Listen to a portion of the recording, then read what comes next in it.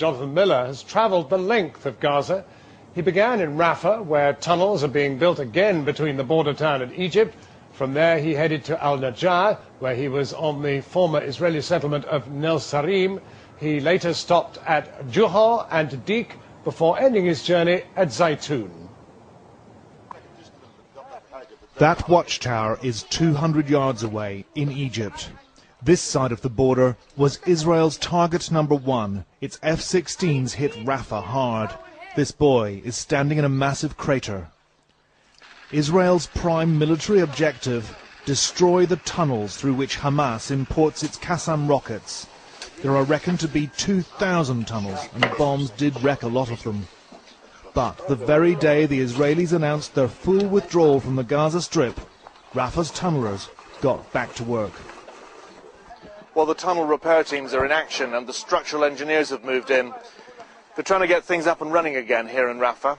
Just in behind the green sheeting over there, there's a tunnel which has been completely obliterated by the bombing, and there's buildings all over this area which have been very, very heavily hit by the bombs. But despite this, there are still tunnels here completely unscathed, including this one, which is up and running. It's not just guns and rockets that come through here. These tunnels are a lifeline for Gaza's 1.5 million people.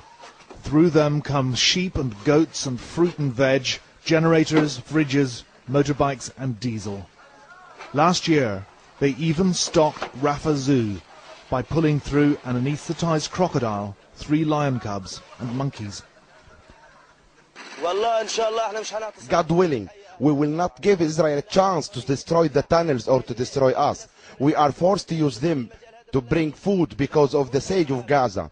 You have no idea how dangerous it is. Every day we face death, but each one of us is working to feed our families.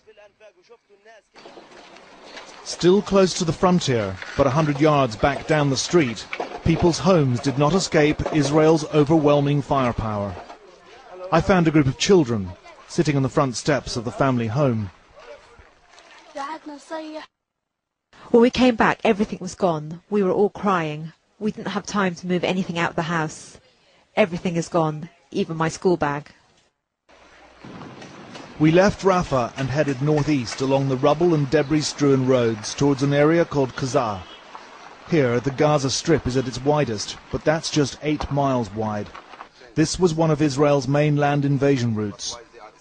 This is about as far east as you can get in the Gaza Strip, and if you look down there just beyond the trees, that is Israel. And in the very far distance you can see some movement of military vehicles, and there's an aircraft over there too.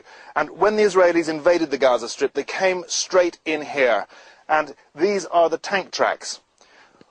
When they arrived here, they got first to a village called Al-Najjar. This is it, and this is what they did. More than 20 people died here, including a woman, locals told me, shot dead while waving a white flag. In total, 85 houses were completely demolished in this area.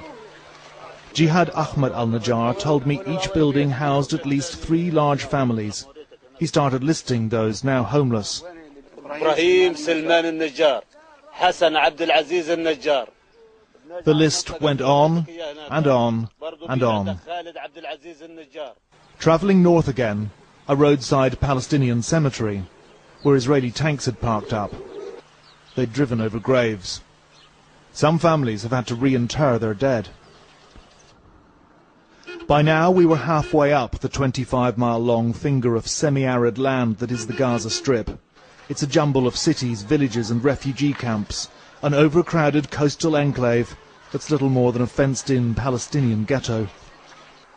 This is the home of the Abu Zahar family in Netzarim. In 2004, the Israeli army came and demolished their home, so they built a new one. And then, at 1 o'clock in the morning, on the 6th of January this year, the Israeli army came and visited them again. Come and have a look inside.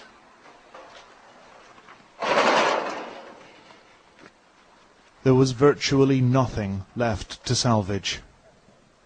10 people lived in here, including a disabled boy, one of whose wheelchairs was wrecked. He too had been forced to flee in the middle of the night.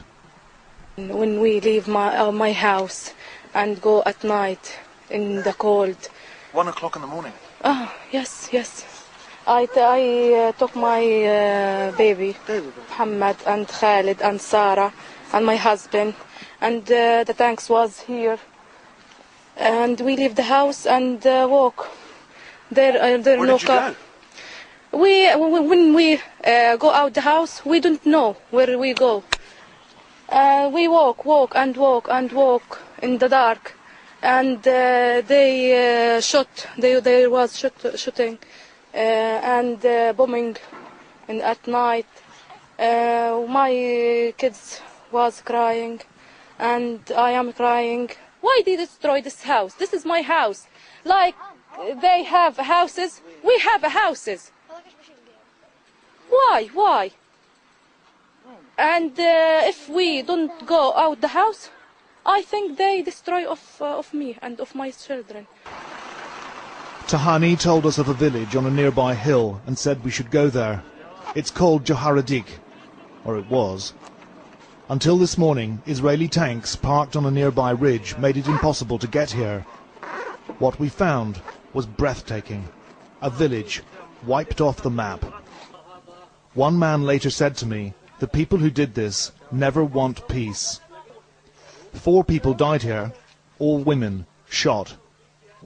Having bulldozed the place, the Israelis destroyed the village water tower. The only houses left standing were those the occupying troops had camped in, or positioned snipers in. Our camera cannot hope to convey the enormity of the destruction here in Joharadik. I've covered earthquakes, hurricanes and the tsunami, and what has happened here is as bad or worse than anything I've seen in any of those. And this was done by Israeli bulldozers. If you can take it, there's worse to come. Zaytun, a few miles north, also flattened by Israeli bulldozers. But in this house, they'd herded 100 members of the Samuni clan. And then they shelled it, killing 49 of them. The mass funeral wake is in its final day. In the house they'd occupied, Israeli soldiers left some writing on the wall. Gaza, here we are, one read. You can run, but you can't hide.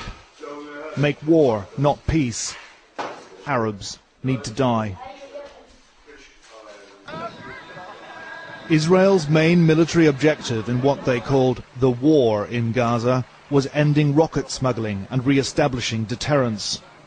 What we witness today represents just a fraction of what's been meted out to the Palestinians of Gaza.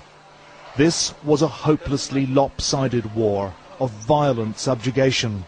The intention was to make Israel more secure, but in Gaza, where half the population's under 15, this war has stoked even greater hatred in yet another generation.